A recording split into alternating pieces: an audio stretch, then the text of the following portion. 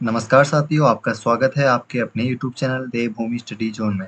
आशा करता हूँ आप लोग स्वस्थ होंगे। आज के इस वीडियो में हम जानेंगे भारत के भौगोलिक विभाजन के बारे में और इसके साथ-साथ जानेंगे और समझेंगे कि कैसे मिलियन वर्ष पहले हमारा जो पूरा एक महाद्वीप था, क्योंकि जैसा अभी वर्तमान में हम महाद्वीपों की स्थिति देखते हैं, ऐसी पहले नहीं थी। जानेंगे कैसे इन महाद्वीपों का निर्माण हुआ और पूर्व में जो एक ही महाद्वीप था, जिसका नाम पेंजिया था, उसके बारे में जानेंगे और महाद्वीपी से जुड़े रोचक फैक्टों को भी देखेंगे, उसके साथ-साथ भारत के भौगोलिक विभाजन को विस्तार से समझेंगे। वीडियो में अंत तक बने रहें, ये मैं आपसे आशा करूँगा और वीडियो अच्छा लगे तो लाइक करें, चैनल को सब्सक्राइब करें। तो दोस्तों वीडियो शुरू करते हैं। वीडियो में सबसे पहले हम थोड़ा बेसिक जान लेते हैं कि जो हमारे महाद्वीप वर्तमान में हैं, उनकी पूर्व में स्थिति कैसी थी, ताकि हमें ये पता चले कि थोड़ा एक अलग से हमको जो है पॉइंट ध्यान में आ जाए, ठीक है? इसलिए हमको ये जानना भी ज़रूरी है। थोड़ा बहुत देखेंगे इसके बारे में, ज़्यादा अभी नहीं देखेंगे। इसके लिए कोई अलग से एक वीडियो बनाएँगे जिसमें हम महाद्वीप के बारे में ज़्यादा देखेंगे। लेकिन भारत के भौगोलिक विभाजन से पहले एक बार थोड़ा-सा इस पर नज़र डाल लेते हैं। पहले एक बार हम इसकी थ्योरी देख लेते हैं, उसके बाद हम वापस यहाँ पर आएँगे, ठीक है? तो देखिए, जो मैंने आपको अभी दिखाया था, ये एक पूरा महाद्वीप था, जो कि पैंजिया महाद्वीप है। पृथ्वी का एक विशाल महाद्वीप था, जो 335 से 175 मिलियन वर्ष पहले अस्तित्व में था। यह लगभग 335 मिलियन वर्ष पूर्व कार्बोनिफेरस काल के दौरान गोंडवाना, यूरामेरिका और साइबेरिया जैसे महाद्वीपीय इकाइयों के मिलने से बना था। 200 मिलियन वर्ष पहले यह टूटना शुरू हो गया और आज के महाद्वीपों में बदल गया। तो पूर्व में जो इसकी स्थिति थी महाद्वीप की, मैंने आपको दिखा दी। तो देखिए दोस्तों, हमारा पैंजिया कुछ ऐसा था। तो इसके बाद जब ये अपने दो भागों में बटा, तो इसका एक भाग ऊपर की ओर किसका, नॉर्थ की साइड, और दूसरा भाग साउथ की साइड खिसकने लगा, ठीक है? जिससे हुआ क्या कि ये दो भागों में विभाजित हो गया था। देखिए यहाँ से ये टूटा और ऐसे दो भागों में ये क्या हो गया था, विभाजित हो गया था। पेंजिया दो हिस्सों में बटा, गोंडवाना महाद्वीप, ये हमारा गोंडवाना है, और लॉरेशिया महाद्वीप, ये हमारा लॉरेशिया है, ठीक है? इसमें भारत, अफ्रीका, दक्षिण अमेरिका, अंटार्कटिका, ऑस्ट्रेलिया थे। हमारा इंडिया यहाँ पर आपको दिख रहा होगा। तो पूर्व में ऐसी स्थिति में ये यहाँ पर था, ठीक है? उसके बाद आगे देखते हैं। तो दोस्तों, जो इसके पीछे का पूरा ये थ्योरी थी, वो हमारी एल्फ्रेड वेगनर ने दी थी।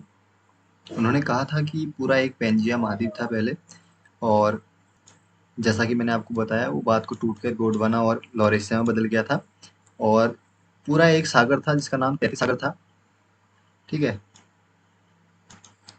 जिससे घिरा हुआ था। और जो एल्फ्रेड वेगनर थे, उन्होंने ही इसका प्रतिपादन शुरू में किया था। हम देखते हैं उनके बारे में। देखिए, एल्फ्रेड वेगनर ने 1912 में अपने महाद्वीपीय विस्थापन सिद्धांत में बताया था। तो उन्होंने यही बताया था कि ऐसे पूरा एक पेंजिया था और एक ही सागर था, एक ही महाद्वीप था। इस प्रकार इसका विस्थापन हुआ, संवहन द्वारा हुआ, उन्होंने बताया था। और उन्हें और भी उसमें विचार दिए थे कि जो हमारी गुरुत्वाकर्षण शक्ति के कारण और बहुत सारे कारण दिए थे, लेकिन स्पष्टीकरण के बाद प्लेट टेक्टोनिक थ्योरी के द्वारा इसका विस्थापन हुआ, ये बताया जाता है।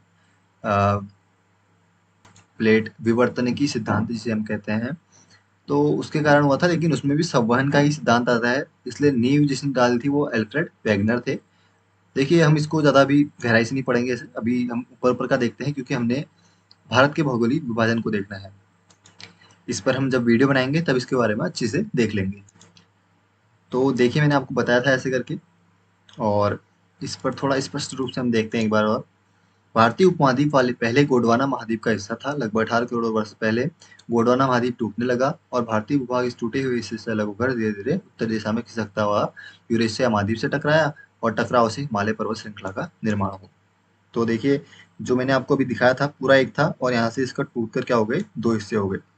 और उसके बाद हमारा भारत यहाँ से खिसक कर यहाँ चले गया ऊपर, ठीक है?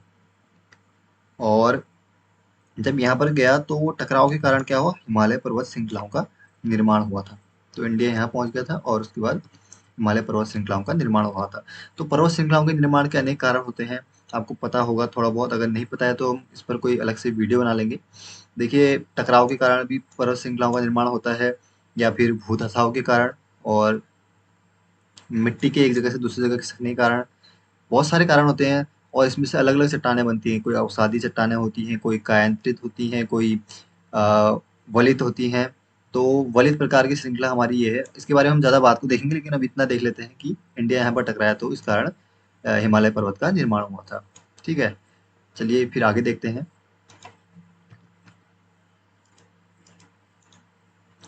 तो अब हम थोड़ा भारत के भौगोलिक विभाजन की तरफ आगे हैं। अब हम भारत का भौगोलिक विभाजन देखेंगे। प्रमुख रूप से 3 रूप में किया जाता है। पहला है हमारा उत्तर का पर्वतीय भाग, हिमालय और उसके पार्श्व क्षेत्र। इसमें हमारा मुख्यतः हिमालय आता है, जो हिमाद्री, मध्य हिमालय और शिवालिक। ठीक है, तो ये 3 श्रेणियाँ आएँगी मुख्यतः। और इसमें एक और आती है जो हमारी कौन-सी है, ट्रांस हिमालय की, जिसमें हमारे ज़्यादातर पर्वत श्रृंखलाएँ किसमें आती है, जम्मू कश्मीर और लद्दाख क्षेत्र में आती है, जास्कर हो गई, ऐसे-ऐसे जो भी पर्वत हैं। और जो हमारा फिर उसके बाद दूसरा आता है मध्य का मैदानी भाग, ये वाला है। मुख्य रूप से गंगा, यमुना और ब्रह्मपुत्र जैसी नदियों द्वारा बना उपजाऊ मैदान कृषि के लिए अत्यंत उपयुक्त और भारत की बड़ी आबादी का निवास स्थल है। अगला है हमारा दक्षिण का प्रायद्वीपीय भाग और पठार। विंध्य और सतपुड़ा पर्वतों से दक्षिण में स्थित पठारी क्षेत्र। यहाँ पश्चिमी और पूर्वी घाट, कावेरी, गोदावरी, कृष्णा जैसी नदियाँ और खनिज संसाधनों की भरमार है। आपको पता होगा छत्तीसगढ़ और झारखंड, उड़ीसा, यहाँ बहुत सारा हमारा क्या है, खनिज पाया जाता है। तो यही बात यहाँ पर कही गई है। आगे देखिए, ये वाली श्रृंखला हमारी पूरी से ऊपर की जितनी भी है हिमालय की आती है। इसमें हमारा ट्रांस हिमालय, मध्य हिमालय और महान हिमालय सब आते हैं।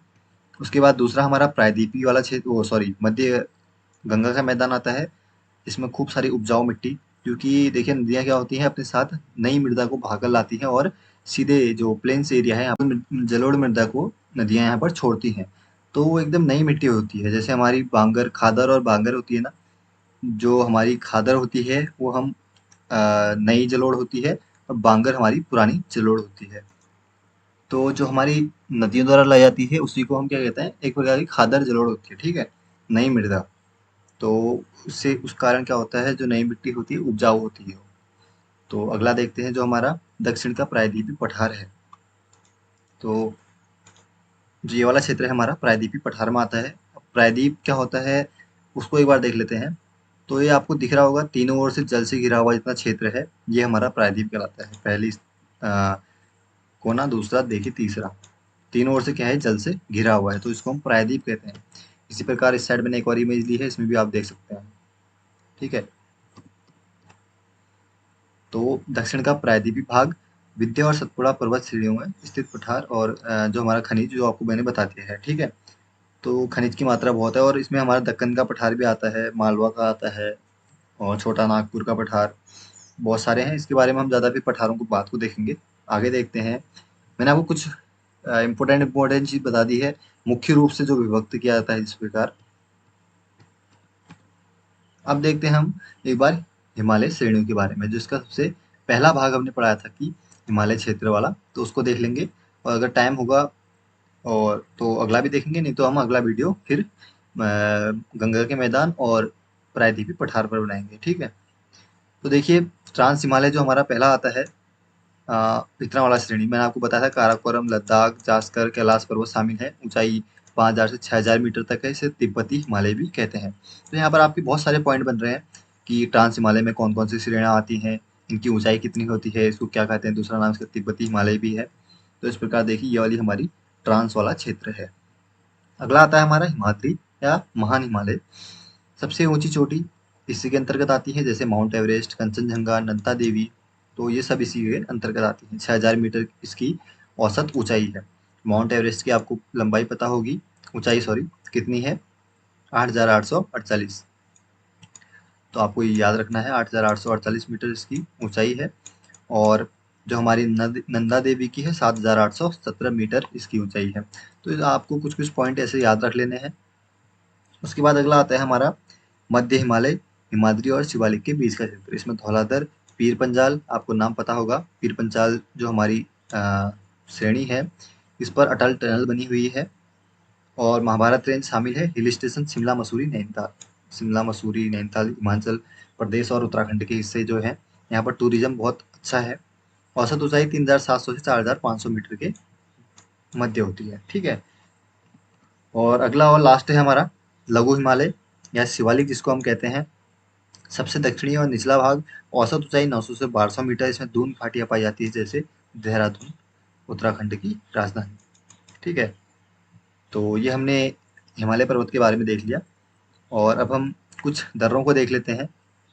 ये इंपॉर्टेंट कुछ दर्रे हैं, इनको आप एक एक करके पढ़ाने बैठे तो बहुत लंबा वीडियो हो जाएगा।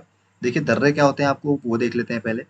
जैसे दो पर्वत श्रृंखलाएं हैं, तो इनके बीच का जो क्षेत्र होता है ये घाटी वाला है एकदम, और इसमें जो रास्ता ये बन रहा है ना, तो इन्हीं को हम क्या कहते हैं, दर्रा कहते हैं। ठीक है। ये वाला क्षेत्र क्या कहता है, दर्रा। एक प्रकार का ये दर्रा है जो मैंने आपको इमेज में दिखाया है, तो ये एक दर्रा है। तो यहाँ पर कुछ इंपोर्टेंट दर्रे दिए गए हैं। नेती और माना ये हमारे उत्तराखंड के दर्रे हैं। शिवकिला हमारा हिमाचल प्रदेश। बाड़ालाचा दर्रा जोजिला, काराकोरम, बुर्जिल, पीर पंचाल, बर्निहाल, रोहतांग, ये सब जम्मू कश्मीर के हैं। तो आप इनको देख लीजिए और इनके बारे में सर्च कर लीजिएगा। कुछ इंपॉर्टेंट दर्रे हैं। देखिए या तो ये दर्रे राज्य से राज्य के बीच में है, राज्य से राज्य को जोड़ते हैं, मतलब अलग करते हैं, सोच लीजिए। क्योंकि ये वाली श्रेणी एक ऐसी आ रही है पर्वत, और ये वाली ऐसी आ रही है। ये जम्मू कश्मीर का है, ये हिमाचल का है, तो ये अलग हो रहे हैं ना। तो ये वाला दर्रा है। तो इस प्रकार से इनको याद कर सकते हैं। या तो ये राज्य से राज्य के बीच में है, या फिर राज्य से अन्य देश के बीच में, जैसे तिब्बत हो गया, नेपाल हो गया, इस प्रकार से। ठीक है। इसके बाद हम कुछ इंपॉर्टेंट क्वेश्चन को देख लेते हैं। कोरोमंडल तट भारत के किस भाग में स्थित है? मैंने आपको भले ही पढ़ाया नहीं है ये अभी, अगले वीडियो में हम इसके बारे में देखेंगे, लेकिन आप आंसर कर सकते हैं। तो ये हमारा है तमिलनाडु और आंध्र प्रदेश के पूर्वी तट पर। अगला देखते हैं, पश्चिमी घाट और पूर्वी घाट के बीच कौन सा पठार क्षेत्र स्थित है? तो आपको पता होना चाहिए, दक्कन का पठार। अभी मैंने आपको पहले बताया भी था इस वीडियो में। भारत का सबसे पुराना और पर्वत कौन सा है? तो सबसे पुराना पर्वत हमारा अरावली है। लगभग इसकी जो आयु बताई जाती है 500 से 600 मिलियन वर्ष पुराना है बोला जाता है। तो ये बहुत पुराना पर्वत श्रृंखला है। ठीक है। अगला प्रश्न देखेंगे, सुंदरबन डेल्टा किन नदियों द्वारा बनाया जाता है? तो आपको पता होगा, ये बेसिक सा क्वेश्चन है, गंगा और ब्रह्मपुत्र। अगला प्रश्न है, भारत का कौन सा पठार खनिज संपदा से सबसे अधिक समृद्ध है? तो मैंने आपको बताया था कि जो हमारे छत्तीसगढ़ वाला हिस्सा, झारखंड, ये वाला इस हिस्से में बहुत सारा हमारा खनिज पाया जाता है, तो छत्तीसगढ़ का पठार इसका आंसर हो जाएगा। ठीक है। अगला देखेंगे, गोंडवाना लैंड का प्रमुख निर्माण किस प्रकार की चट्टान से मिलता है? तो ये अवसादी चट्टान से मिलता है। अंतिम क्वेश्चन है हमारा, एल्फ्रेड ब्रैगनर ने महाद्वीपीय विस्थापन का सिद्धांत किस वर्ष प्रस्तुत किया था? इंपॉर्टेंट क्वेश्चन है, 1912 में, मैंने आपको अभी बताया है। तो ये कुछ इंपॉर्टेंट क्वेश्चन हो गए जितना हमने अभी पढ़ा उससे रिलेटेड।